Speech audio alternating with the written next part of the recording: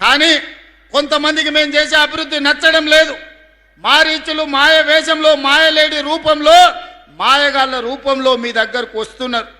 నిన్న మొన్న చూసిన కొడంగల్ పోయినరు, లేకపోతే మహేశ్వరం పోయినరు, ఇవాళ ఇంకేడుకో పోయినరు. మార్కెట్ యార్డు కట్టలేదు మీరని. 10 ఏళ్ళు మీరు ఎందుకు కట్టలేదని నేను అడుగుతున్నా. పెళ్లి చేసినా, కొత్తగా పెళ్ళైనా పిల్లనో పిల్లగాడో పుట్టాలంటే 9 నెలల్లో 10 నెలల్లో అవుతుంది కదా. కండరాలు తిరిగిన 6 అడుగులు ఉన్నోని పెళ్లి చేసినా 3 నెలల పిల్లల్ని పుట్టించగలడా?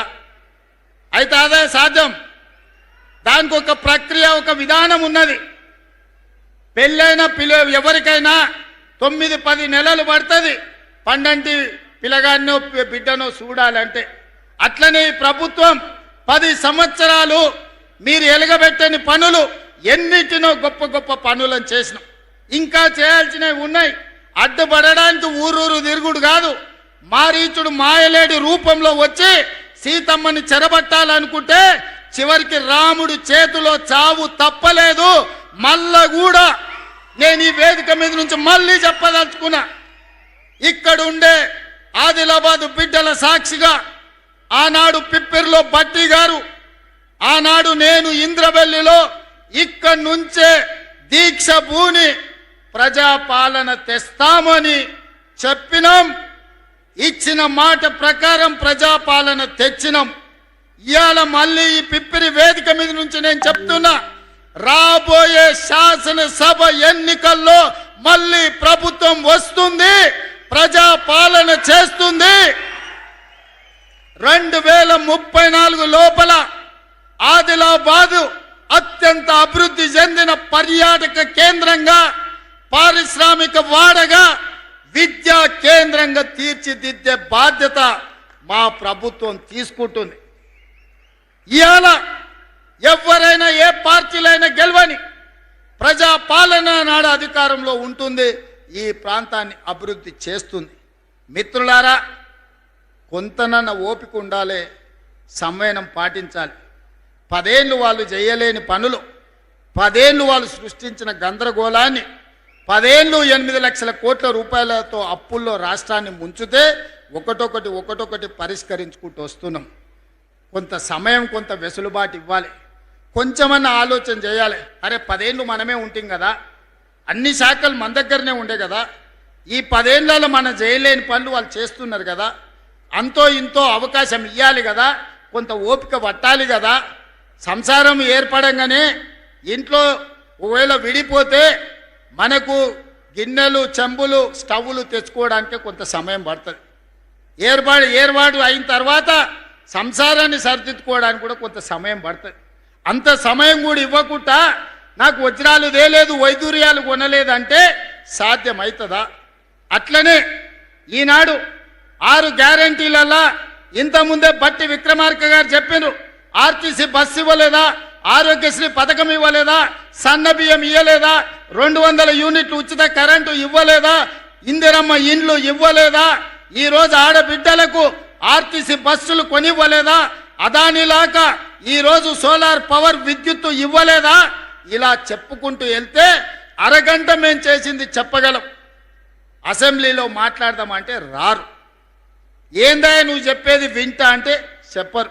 ఎంతసేపు ఉన్నా లొల్లి పెట్టాలి, యాగి చెయ్యాలి, బురద జల్లాలి, ప్రజల్ని మభ్య పెట్టాలి. ప్రజలంతా అమాయకులు కాదు నాయన. మీ సంగతి చూసిండ్రు, 10 ఏళ్ళు చూసిర్రు. మీరు ఎన్ని పరిశాన్లు చేసిరో ప్రజలకు తెలుసు. ఆనాడు నేను అడుగుతున్నా, తెల్లామొగుడు మాట్లాడుకోవడానికి కూడా భయపడేది, ఫోన్లో మాట్లాడాలంటే ఓడింటాడో అని. అవునానే? రాజకీయ నాయకులే కాదు, ఆలుమొగుళ్ళు మాట్లాడుకుంటే కూడా ఇన్న రోజు. ఇవాళ బాజాబ్తో రోడ్డు మీదనే మమ్మల్ని తిడుతురు. ఏమన్నా అన్నామా? ఎప్పుడన్నా ఏమన్నా అన్నామా? ఎన్ని మాటలు మాట్లాడుతురు? ఏమన్నా ఎవరి మీద ఏమన్నా కేసులు పెట్టామా? ఎవరు నన్ను సతాయించినామా? అందుకే ఈనాడు తెలంగాణ ప్రజలు స్వేచ్ఛగా బతుకుతున్నారు. మళ్ళీ నిర్బంధాలు కావాలి, మళ్ళీ గడీల పాలన కావాలని ఎవరని కోరుకుంటారా? ఆనాడు గడీలను బద్దలు కొట్టిన ప్రాంతమే, నిజాం సర్కార్ గడీలను బద్దలు కొట్టిన ప్రాంతమే ఆదిలాబాద్ గడ్డ. ఆ బిడ్డలే రామ్జీ గోండు, కొమరం భీముడు. గడీలను బద్దలు కొట్టిన ఈ ప్రాంతం నుంచి నేను చెప్తున్నా, మళ్ళీ గడీల పాలన రానివ్వము, మళ్ళీ రాక్షసులను మమ్మల్ని పాలించే పరిస్థితి రానివ్వం. ఈరోజు ప్రజలకు సేవకులుగా సేవలు అందిస్తాము. తెలంగాణ రాష్ట్రాన్ని అభివృద్ధి పదం వైపు నడిపిస్తాము. ఖచ్చితంగా 2034 వరకు ఈ ప్రభుత్వం. మా అయ్య మొగోడు మొనగాడు తెలంగాణ తెచ్చినోడు బరాబర్ చెప్తా. మా అయ్య పేరు ఇప్పుడు అయ్యలు మంచి పని చేస్తే చెప్పుకుంటాం, నీ లెక్క లుచ్చ పనులు చేస్తే నీ మన్మడు కూడా చెప్పాడు.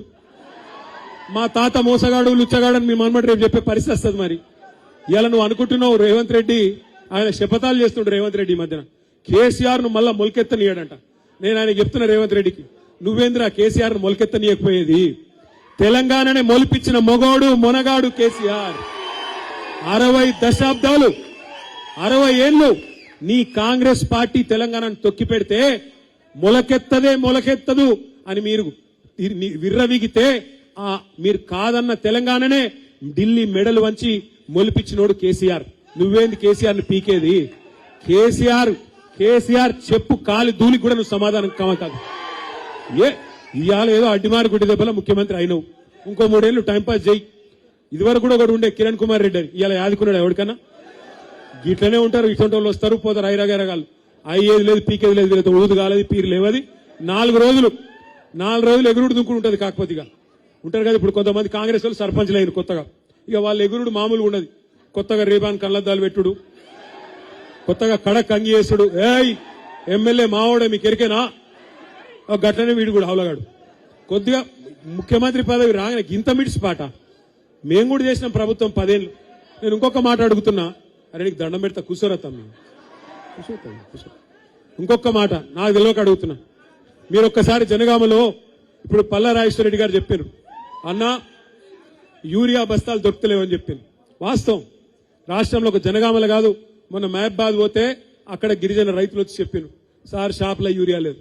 మరి యాప్లు ఉంది కదా కదా నేను అడిగిన, యాప్ పెట్టిండట కదా యాప్ అంటే, సార్ షాపులు ఉంటాయి కదా సార్, యాప్లో దొరికేది యాడికెళ్ళి దొరుకుతుంది అని ఆయన బట్టే. ఇప్పుడు షాపులో లేదు, యాప్లో లేదు, కొత్తగా కార్డు అట, గ్యారంటీ కార్డులు అయిపోయినాయట, ఇప్పుడు యూరియా కార్డు అట. లోపల సరుకు ఉంటే కదా, లోపల విషయం ఉంటే, లోపల ఏమైనా ఉంటే యాప్లా యూరియా దొరుకుతుంది. మరి కేసీఆర్ గారు ఉన్నప్పుడు ముఖ్యమంత్రిగా ఈ యాప్లు షాపులు ఈ బాధ మనకు లేకుండా ఎందుకో? ఎందుకంటే కేసీఆర్ రైతు, రేవంత్ రెడ్డి లెక్క రియల్ ఎస్టేట్ బ్రోకర్ కాదు.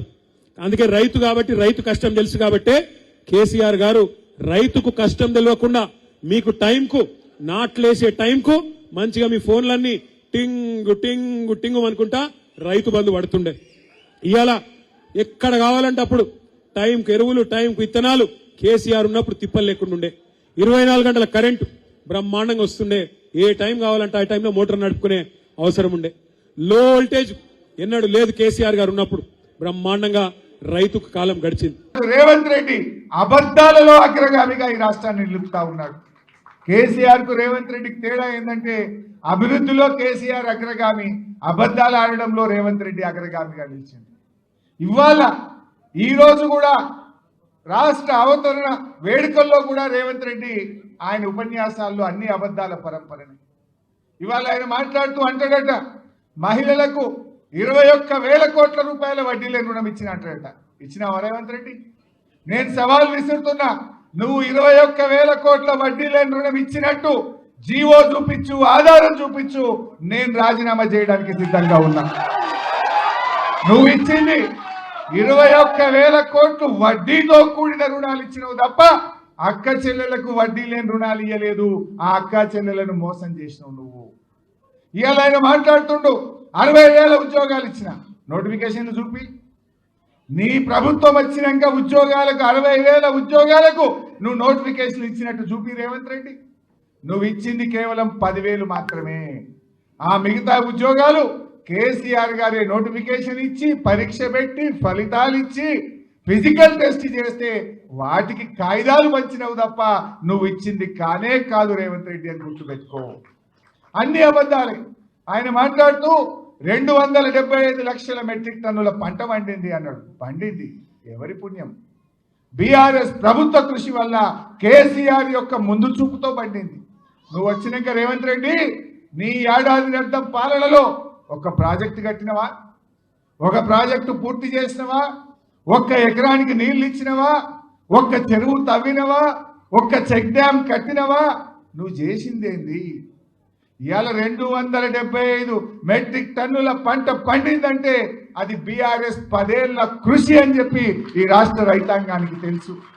మిషన్ కాకతీయలో చెరువులు బాగు చేసినాం, పెండింగ్ ప్రాజెక్టులు పూర్తి చేసినాం, కాళేశ్వరం లాంటి మెగా ప్రాజెక్టు కట్టిండు కేసీఆర్, అనేక చెక్ డ్యాములు కట్టిండు కేసీఆర్, కాలువలకు చెరువులను అనుసంధానం చేసిండు కేసీఆర్, రైతు బంధు పెట్టిండు, రైతుల కోసం బీమా తెచ్చిండు, రైతులకు సకాలంలో ఎరువులు ఇచ్చిండు, ప్రతి మండలానికి గోడౌన్ కట్టిండు, విత్తనాలు ఇచ్చిండు, పండిన పంటంతా కొని రైతులకు ధైర్యాన్ని కల్పించి ఇవాళ ఈ రాష్ట్రం వరి ధాన్యం ఉత్పత్తిలో దేశంలో నంబర్ 1 అయిందంటే అది కేసీఆర్ ప్రభుత్వ కృషి. నువ్వు 275 లక్షల మెట్రిక్ టన్నుల పంట పండింది అంటున్నావు. ఏం చేసినావు రైతులకు ఒక్కటి చెప్పు. ఒక చెరువు తవ్వితేవా? ఒక ప్రాజెక్టు పూర్తి చేస్తేవా? ఒక ఎకరానికి నీళ్ళు ఇస్తేవా? నువ్వు చేసింది ఏమున్నది? రైతు బంధు ఎగ్గొట్టినవు, రైతు బీమా బంధు పెట్టినవు. నువ్వు చేసింది ఏముంది? చారాణ రుణమాఫీ చేసినావు, బారాణ రుణమాఫీ ఎగ్గొట్టినవు. ఇంతకు మించి నువ్వు రైతులకు చేసిన ఒక్క మంచి పని ఉంటే చెప్పు. నాకు అధికారం ఉన్నది, నేనేదో రాచరికం చేస్తా, నా ఇష్టం ఉన్నట్టు నేను చేస్తా అంటే మీ ప్రభుత్వము దీర్ఘకాలికంగా నిలబడడానికి అవకాశం ఉండదు. ఈరోజు సమాజం, ప్రజలు అందరు చూస్తున్నారు అసలు ఈ రాష్ట్రంలో ఏం జరుగుతుంది. కేసీఆర్ గారి పరిపాలన ఉన్నప్పుడు ఎన్ని అద్భుతాలు జరిగినాయి. వాళ్ళు మాట్లాడితే ప్రజాపాలన అంటారు. అసలు ఏ ప్రాజెక్టు మీ ప్రభుత్వం లోపల ఇప్పటి వరకు ఒక ప్రాజెక్టు మేము స్టార్ట్ చేసి కంప్లీట్ చేసిన ఒక ప్రాజెక్టు పేరు చెప్పండి. మొన్న పోయిన చెనాక కొరాటా కానీ, అదేవిధంగా ఖమ్మంలో జరిగినటువంటి ప్రాజెక్టు కానీ, మీరు ఎక్కడికి పోయినా మేము స్టార్ట్ చేసినవి మీరు చేసిర్రు తప్ప కొత్తగా మీరు ఏ ప్రాజెక్ట్ అన్నా చేసిర్రా? బట్ ఈరోజు ప్రజలకు కావాల్సింది ఏంది? రైతు భరోసా ఇస్తామని చెప్పారు, అది ఇచ్చిండ్రా లేదా అనేది. 2500 రూపాయలు మహిళలకు ఇస్తా అన్నారు, అది ఇచ్చిందా లేదా?